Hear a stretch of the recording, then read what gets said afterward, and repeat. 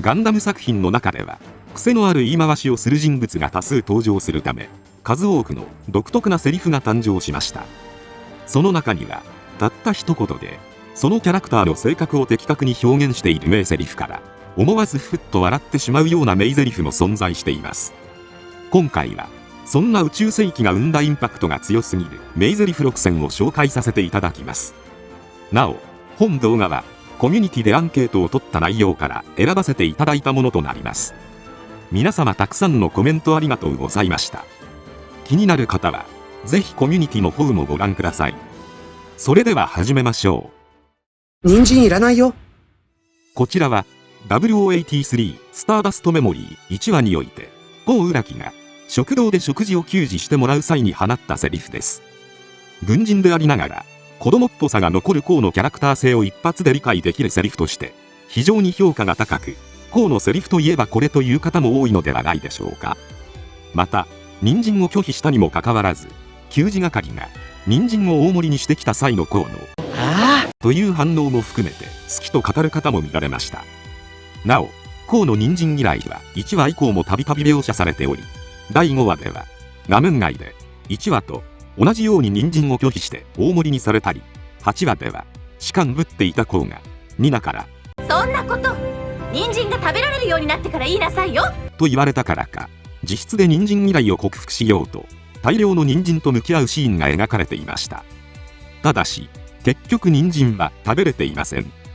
また公式側もコウの人参嫌いを気に入ってるのかたびたびネタにしており、ゲームガンダム VS ガンダムでは試作1号機を選択した際のセリフが人参いらないよ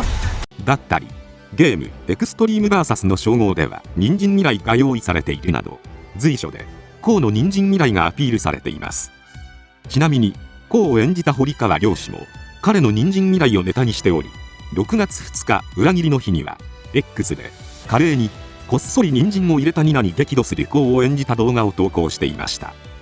また2022年にはガンダムチャンネルから人参いらない人本物が人参料理を作ったらどうなるのかと題して堀川氏が人参料理を作るクッキング動画が公開されています。余談ですが NHK の55キッチン戦隊クックルンという食育番組について以前からサブタイトルがガンダム作品のオマージュになっていると定期的に話題になっていたのですが、2025年4月19日に放送された人参をテーマにした回ではなんとサブタイトルがダストメモリーになっており、明らかにコウの人参嫌いが意識されていました。私はいつも一人だ。こちらはアニメガンダムダブルゼータ32話においてハマーンが独白したセリフです。これはエレベーターに乗っている際のハマーンの独白で、直前までザビ家に尽くしんでいった姉やザビ家を利用した自身の野心に思いを巡らせているのですが、ふとした瞬間に目の前にいた部下の姿がシャアと重なってしまいます。すると皮肉交じりにシャアに思いを馳せた後、憂いを帯びた顔で私はいつも一人だと漏らしたのでした。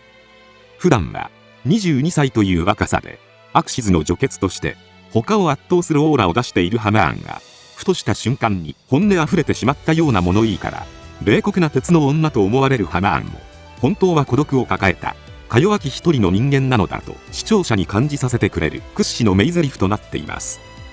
実際ハマーンは敵対したはずのシャアに何度銃口を向けられても自らの戻ってくるように呼びかけたり、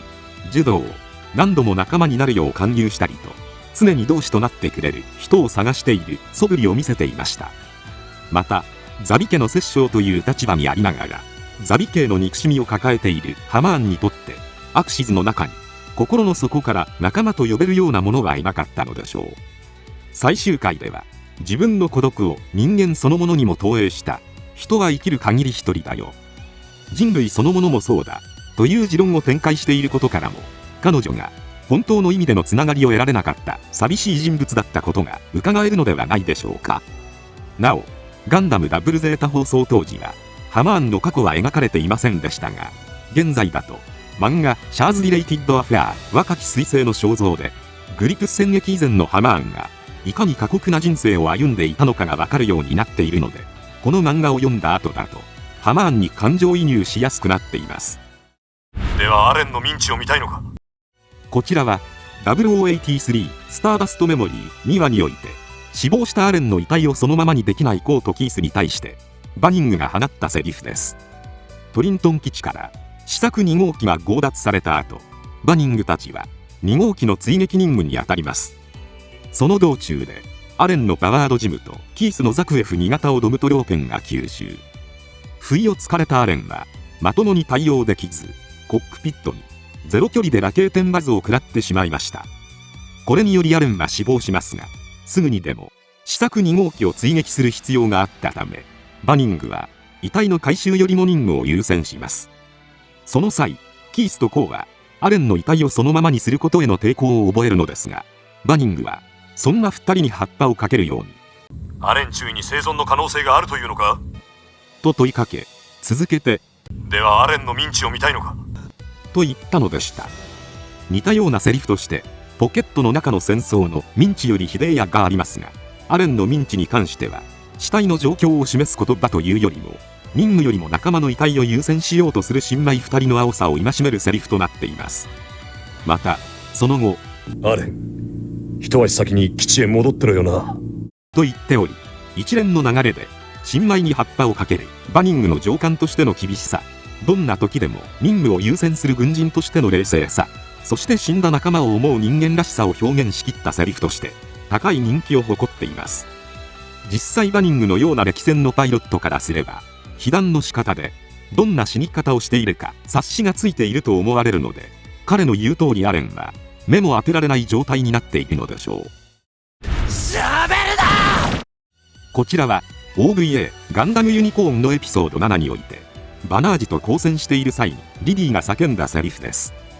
作中、自身のマーセナス家とバナージのビスト家が残してきた呪いの実態を知り、リディはニュータイプを忌み嫌うようになります。さらにバナージにミネバを連れて行かれたことから、ニュータイプであり恋敵でもあるバナージへの憎悪を増幅させていきました。そしてラプラスの箱をかけた最終決戦ではバンシーノルンに登場し、恨みをぶつけるようにバナージを吸収。交戦中、バナージにニュータイプへの憎悪をぶつけ続けるのですが、バナージからあなただってニュータイプだと自分が憎むべきニュータイプとして覚醒しつつあったことを指摘され錯乱した際に発した言葉が喋るなでした。マシンによって増幅された憎悪と自分が憎きニュータイプになりつつある現実の中、壊れそうになるリディを並川大輔氏の名演によって見事表現された名シーンとなっています。一方で錯乱したリディがバルカンを乱射した際のバンシーの首振りバルカンがやたらシュールだったことや、並川氏の演技が迫真すぎたことで、該当シーンが含まれるエピソード7の PV が公開された時からネタにするファンも多く見られました。そのため現在まで先行のハサウェイの偽マフティーが発したと並んで、相手を黙らせたい時に使うスラングとしても愛用されています。嘘だと言ってよバーニー。こちらは OVA ガンダム0080ポケットの中の戦争第5話で登場した本作を象徴する言葉です。と言っても嘘だと言ってよバーニーはセリフではなく第5話のサブタイトルで、実際にアルが作中で放ったのは嘘だ。バーニーはあいつが怖くなったんで嘘をついてるんだと言っているのみです。また正確なタイトルの表記は嘘だと言ってよバーニーですが、世間に広まっているものは嘘だと言ってよバーニーと言ってが漢字になっていて、若干表記が異なっている点も特徴です。作中、ジオン軍の兵士であるバーナード・ワイズマンことバーニーは潜入先のコロニーであったアルフレッド・イズルハと交流を持つのですが、その中で自分はエースになれる腕利きと語っており、そんなバーニーにアルは羨望の眼差しを向けていました。しかし味方が全員死亡し、コロニーから逃走せざるを得なくなった際、バーニーはアルに対して実際は一機もモビルスーツを落としたことがない新米兵士だったことを打ち明けます。ですがそれを信じたくなかったアルはバーニーに対して嘘だと叫んだのです。このように本セリフはよくある、実際に作中では言っていないセリフの一つですが、なぜか世間では嘘だと言ってよバーニーの方が広く知られています。おそらくその理由としては単純な語呂の良さと使いやすさや、最終的にバーニーが壮絶な死に方をした様を端的に表現する言葉として、嘘だと言ってよバーニーがあまりにも適していたのかもしれません。ちなみに、2018年にバーニーを演じた辻谷浩二氏が亡くなられた際には、ショックを受けたファンからは、嘘だと言ってよバーニーとフレーズを引用し、その死を惜しむ声が届けられていました。余談ですが、嘘だと言ってよバーニーの元ネタは、1910年代に MLB で活躍した野球選手ジョー・ジャクソン氏が、1919年のワールドシリーズで八百長を行ったとして起訴され、裁判所へ出頭した際に、ファンの少年からかけられた言葉、Say it ain't so, ジョー。嘘だと言ってよ、ジョー。が元ネタと言われています。ただ、この言葉は、報道関係者による捏造という噂もあり、バーニーと同じく、実際は言っていない有名なセリフの一つと言われることもあるようです。ちなみに、2015年には、コスパから元ネタをリスペクトした、Say it ain't so, バーニー、嘘だと言ってよ、バーニー。と記載された T シャツが販売されていました。これでゲームオーバーが土下座。こちらは、漫画ガンダム F91 から、シーブックがラフレシアにとどめを刺すシーンで放ったセリフです。アニメ本編のシーブックからは、とても想像ができない攻撃的すぎるセリフですが、こちらはコミックボンボンで連載されていた公式漫画初となっています。劇場版では優等生な性格をしているシーブックですが、ボンボン版ではおちゃらけたところのある熱血感に性格が改変されているため、原作では見られないセリフの数々を披露しています。例えば、バグとの交戦中には、静かにしてろってのトゲゾウくんってばと、能天気なことを言ったり、かと思えば、ラフレシアとの交戦中は、地獄の底に叩き落としてやる。と叫び、さらに、グオルルルルー。と、およそ人間が出すはずない雄たけびを上げながら、ラフレシアを翻弄する荒々しさも見せたりします。そんなシーブックが、ラフレシアへ引導を渡す際に叫んだのが、これでゲームオーバーだ、土下座うでした。